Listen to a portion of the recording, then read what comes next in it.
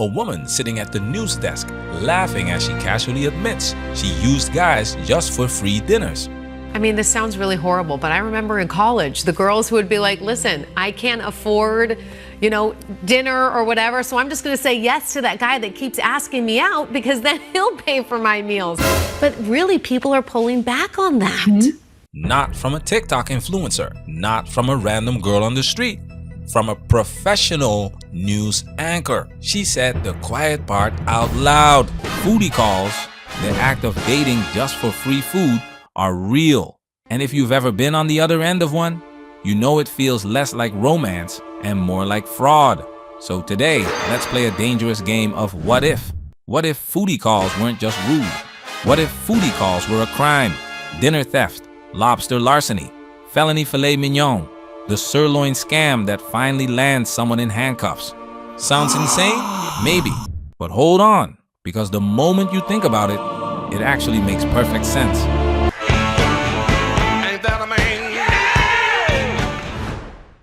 The foodie call economy. Before we get to punishments and trials, let's zoom out. Foodie calls are not rare. They are systemic. Studies show that 33% of women admit to going on dates just for food. That's 1 in 3. And remember, that's only the ones who admit it. The real number? Way higher. Think about the ripple effect. Men burning through paychecks on dinners that mean nothing. Restaurants thriving on fake romance. Dating apps basically becoming DoorDash with small talk. We're not talking about the occasional misunderstanding. We're talking about a hidden economy that preys on men's wallets and men's time. If foodie calls became a crime, that entire shadow economy would collapse overnight.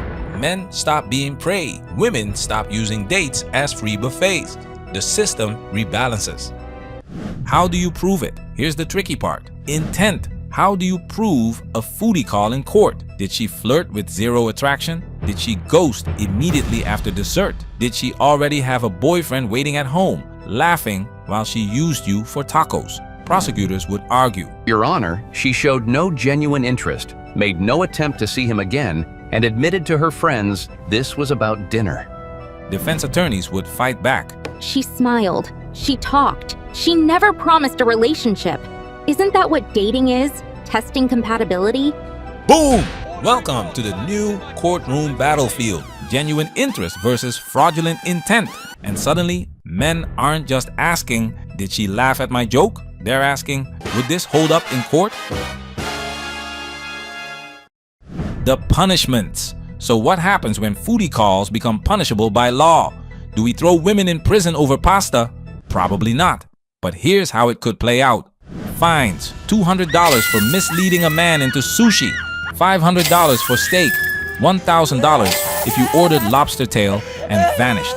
Community service, 50 hours bussing tables at the same restaurant where you ran your scam. Restitution, pay him back. Dinner plus tip plus Uber with interest.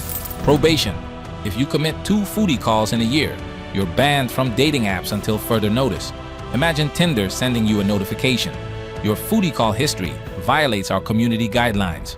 Swipe responsibly, men would cheer, restaurants would panic, and women would suddenly get very picky about who they say yes to. Dating gets rewired.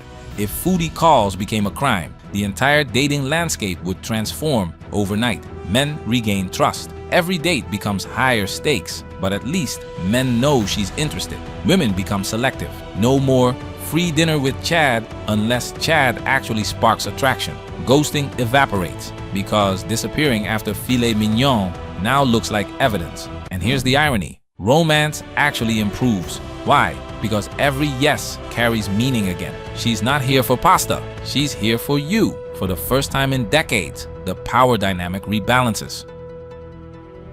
The investigations. Now picture the investigation process. A man calls the Foodie Fraud Hotline. Foodie Fraud Hotline. Yeah, officer, I just spent $180 at Ruth's Chris, and she blocked me before dessert hit the table. Cops arrive at her apartment, scrolling through texts. Ma'am, did you tell your friend this was just for sushi? Screenshots become evidence. Group chat messages become subpoenas. And she communicated that to you how? Via text. Do you have those texts? I do. I'd like to take a look at it. Absolutely. And suddenly, women are thinking twice before laughing with girlfriends about their free entree hustle. The courtroom drama revised. Within those 2 weeks from the time you met him and the time you told him you needed money, how many times had you seen him? Only once. This is where it gets gold. Picture a small courtroom, no jury, just a tired judge who's seen it all.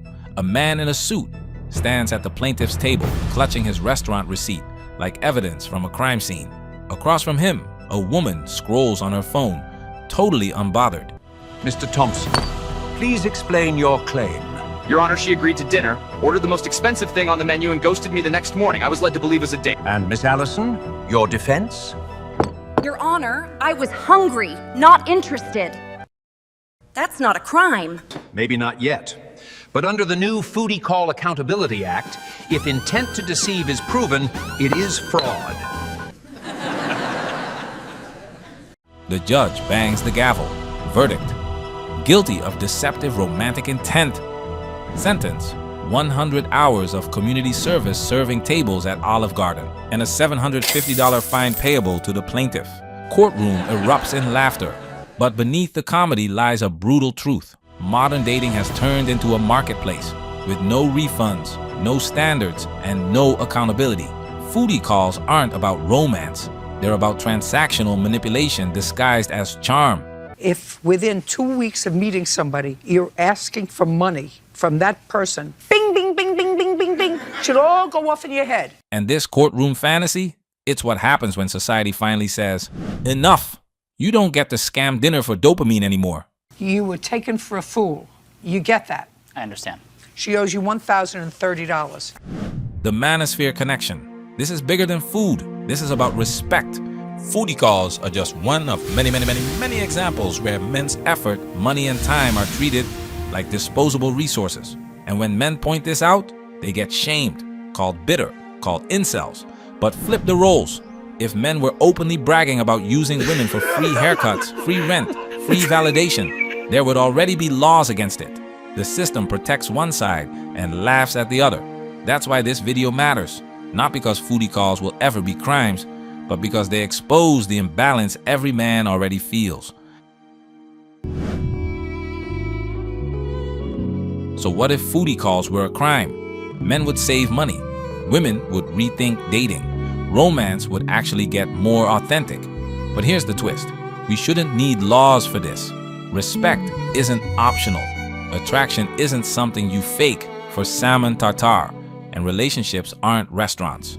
Foodie calls aren't just funny stories. They're proof of a dating market where exploitation has replaced honesty. And if that doesn't change, don't be surprised when men stop showing up altogether.